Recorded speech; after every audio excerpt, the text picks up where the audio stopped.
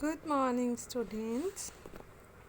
As we are going with the chapter resources, we have covered in two lectures. Today we are having its third lecture, and in previous lectures, what we have studied कि resources क्या हैं, substance कैसे बनते हैं, है ना, उनके characteristics भी 4 characteristics हैं, usability, value, time, technology.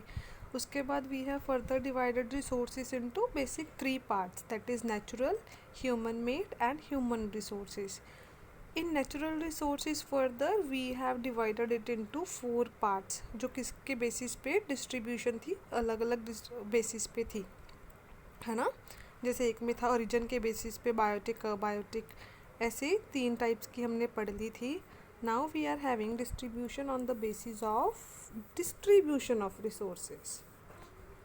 Let's read its fourth type, that is distribution of resources.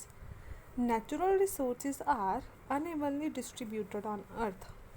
जो नेचुरल रिसोर्सेज हैं हमें अर्थ पे कहीं कहीं पे अनइवनली डिस्ट्रीब्यूट मिलते हैं, कहीं पे कोई चीज़ ज़्यादा है, कम है ना. There are some reasons where resources are found in abundance, while there are certain regions where the presence of resources is negligible. कुछ रीजन्स ऐसे हैं जहाँ पे हमें बहुत अबंडेंस में, बहुत मात्रा में रिसोर्स मिल रहे हैं, कहीं पे बहुत कम में. Distribution of resources depend upon various physical factors. Physical factors पे डिपेंड करती है उनके distribution. Pattern of distribution of resources is known as stock and distribution. जो डिस्ट्रीब्यूशन ऑफ रिसोर्सेज का पैटर्न है उसको हम क्या बोल देते हैं, स्टॉक या डिस्ट्रीब्यूशन. कि कितने स्टॉक में चीज़ है, यहाँ पे स्टॉक होता है वो, तो उसकी कितनी क्वांटिटी में कहाँ पे हमें कितनी चीज़ मिल रही है. On the basis of distribution resources can be divided into ubiquitous and localised resources. Ubiquitous का मीनिंग क्या है, रिसोर्सेज कौन से हैं, natural resources which are found everywhere are known as ubiquitous resources. वैसे रिसोर्सेज जो हमें हर जगह मिल जाते हैं वो हमारे ubiquitous resources कहलाते हैं. For example air, sunlight, water. आप कहीं पे भी जाओगे हवा तो हर जगह है, सूरज की रोशनी भी आपको हर जगह मिलेगी, वाटर भी मिल ही जाएगा, है ना. Next, localised resources. Natural resources which are found only in certain specified or limited areas of the world. ऐसे रिसोर्सेज जो हमें बहुत ही कम जगह पे लिमिटेड एरिया में मिलते हैं वो कौन से हैं, localised resources. Generally these resources are in limited quantity. और जो ये रिसोर्सेज हैं ये लिमिटेड क्वांटिटी में भी होते हैं और कुछ ही जगहों पर, स्पेसिफिक जगहों पे मिलते हैं. ऐसे इन रिसोर्सेज को क्या बोलते हैं हम, localised resources. These resources are in limited quantity. Example कौन सी हैं इसकी, कॉपर, आयरन और यूरेनियम, ये कहीं कहीं पे ही पाए जाते हैं. Since the availability of these resources is limited and the distribution is localised, they are often called precious resources. जैसे कि इनकी जो हमें अवेलेबिलिटी है वो कहीं कहीं पे ही मिलेगी, कम है, और कहीं कहीं पे ये डिस्ट्रीब्यूटेड है, तो हम इनको प्रीशियस रिसोर्सेज भी बोल देते हैं. Now we are having practice zone 2, in which first question is what is the main basic of resource classification. main basis किस पे basis पे किए थे, natural, human made, है ना. किसके basis पे classification की थी वो चीज़ें हैं. second, third, fourth students, I will provide you sheet of this, you will have to learn it and I will very careful ध्यान से सुनना. आपको मैं इन क्वेश्चंस के अलावा I will provide you some extra questions also. Apart from these I will give you pictures of the questions which you also have to read and learn for your UT1 exams. Next we are having human made resources. Human necessities and desire for comfortable life have forced him to explore any possibility in nature that can be tapped to develop into a resource.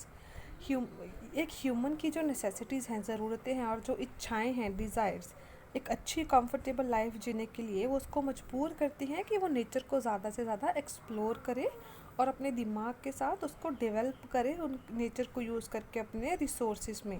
यहाँ पे आपको सीधा से समझ आ जाएगा। हमें tree दिखा रखा है, ट्री की हेल्प से हमने क्या कुछ किया। हमने एक चेयर अपना फर्नीचर यूज़ बनाया है ना, ट्री की हेल्प से हमने पेंसिल बनाई, ट्री की हेल्प से घर भी बनाए दिखा रखे। बहुत चीज़ें हैं नेचुरल रिसोर्सेज जिसको हम अपने फ़ायदे के लिए मोल्ड करके यूज़ कर लेते हैं।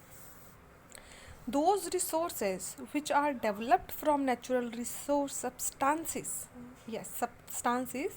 are known as human made resources। वैसे resources जिनको नेचुरल सब्सटेंस को यूज़ डेवलप करके बनाया जाता है वो कौन से रिसोर्सेज कहलाते हैं? Human made resources. जैसे कि फ्रेश वाटर क्या है? नेचुरल रिसोर्स है, but dam, canal, water bucket ये कौन से हैं? Human made resources. Several raw material like brick, cement, factory, road, school building, office, chair, school, bag, pencil, pen, etc. all are examples of human made resources। ये सारी वैसी वो चीज़ें हैं जो ह्यूमन ने अपने लिए बनाई हुई हैं नेचुरल सब्सटेंसेस को यूज़ करके। Thus, human-made resources includes all the material wealth created by humans that can be used to create more wealth। Human made resources में वो सारे मटेरियल हैं जो ह्यूमन के द्वारा ही बनाए गए हैं और ज़्यादा वेल्थ को क्रिएट करने के लिए। इनको हम और क्या बोल सकते हैं? They are also known as capital और कैपिटल रिसोर्सेज। यहाँ से आपको एक डेफिनेशन और मिल गई। ऐसे रिसोर्सेज को क्या बोलते हैं? कैपिटल और कैपिटल रिसोर्सेज भी बोल देते हैं। The rate at which resources are produced is known as productivity. जिस रेट पे हम नेचुरल सब्सटेंसेस का यूज़ करके उनको रिसोर्सेज में बदल रहे हैं अपने काम के लिए, उनको प्रोडक्टिविटी कहते हैं। लाइक आपके पास भी है ना, एक पेड़ है, मेरे पास भी एक पेड़ है। उस पेड़ से मैं एक दिन में 100 पेंसिल बना पा रही हूँ, आप सिर्फ 5 ही बना पा रहे हो, 10 बना पा रहे हो सपोज।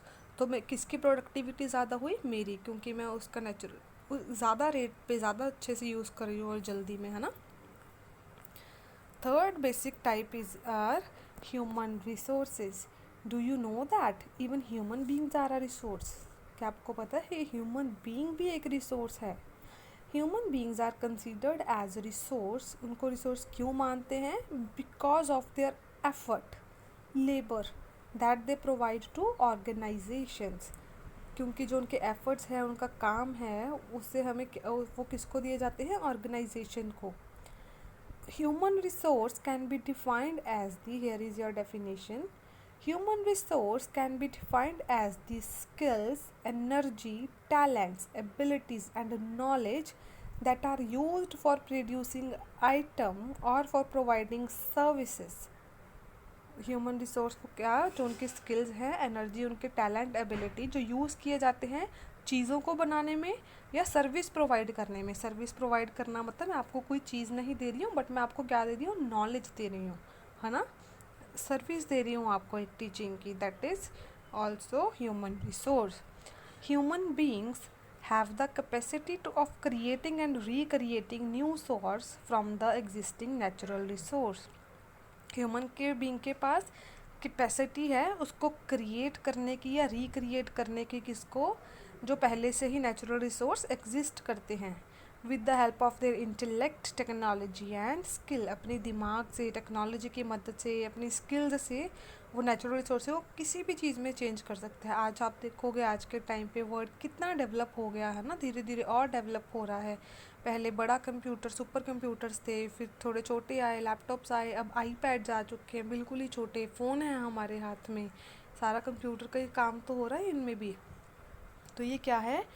ह्यूमन ने अपने दिमाग से, अपनी स्किल से, टेक्नोलॉजी की यूज़ से ही इन मतलब जो काम में लेके आ रहे हैं चीज़ों को, वो ह्यूमन रिसोर्स ही हैं। Therefore human beings are also called special और वैल्यूएबल रिसोर्स। इसीलिए ह्यूमन बींग्स को क्या स्पेशल भी बोलते हैं, वैल्यूएबल रिसोर्स भी बोलते हैं। अगर क्वेश्चन बने कि स्पेशल और वैल्यूएबल रिसोर्सेज किन को बोला जाता है, तो your answer will be human beings. Human resource includes two important components, quantity and quality of the people। इनके दो important components include आते हैं, quantity and quality of the people। Quantity denotes density and distribution, कि कहाँ पे कितने लोग पाए जाते हैं जिनका अच्छा है ना स्किल्स है, अच्छा माइंड है, सब कुछ distribution. While quality denotes the physical and mental abilities of the people, quality denote करती है कि कितना ज़्यादा स्किल्स में, टैलेंट में, एबिलिटीज़ में कितना आगे है इंसान, कितना ज़्यादा उसकी मेंटल पावर है ना। Education and health improve the quality of the people's skill and help in making people a valuable resource। Education हो गई, हेल्थ हो गई, ये दो ऐसी चीज़ें हैं जो हर इंसान की स्किल है उसको इम्प्रूव करती है, उनको एक वैल्यूएबल रिसोर्स बनाती हैं। आज हम आपको पढ़ा रहे हैं, है ना, कल को आप जो भी बनना चाहोगे पढ़ के ही तो, एजुकेशन से ही तो आपकी हेल्थ अच्छी होनी चाहिए ताकि आप चीज़ों को ग्रैब कर सको, है ना, ढीले मत पड़ो। एक आप एजुकेशन की हेल्प से आगे बढ़ोगे, कल आप भी तो सर्विस के काम आओगे, इंडिया को सर्विस करोगे, है ना, तो उसमें क्या है, आप भी एक वैल्यूएबल रिसोर्स में चेंज हो जाओगे। All human beings who participate in the process of resource development are example of human resources. जो भी पार्टिसिपेट करते हैं रिसोर्स डेवलपमेंट में वो सारे ह्यूमन रिसोर्सेज कहलाते हैं। Example doctor, teacher, engineer, entrepreneur, farmer, labourer etcetera. जितने भी लोग काम करते हैं, जितने भी, वो सारे ही ह्यूमन रिसोर्सेज हैं। The economic development of a region depends on its human resource to a great extent. एक पर्टिकुलर रीजन की इकोनॉमिक डेवलपमेंट, कि उनके पास कितना पैसा है एंड ऑल, ये भी ह्यूमन रिसोर्स पे ही डिपेंड करता है। Human resource is increasing along with the growth of human population. लोग बढ़ रहे हैं, पॉपुलेशन बढ़ रही है, तो ऑब्वियस सी बात है ह्यूमन रिसोर्स भी बढ़ेंगे, है ना। Have the capability of different magnitudes in order to utilise maximum human potential, people are provided training to manage human resource more efficiently. अच्छे से यूटिलाइज करने का ह्यूमन पोटेंशियल को पीपल लोग ट्रेनिंग प्रोवाइड कर रहे हैं।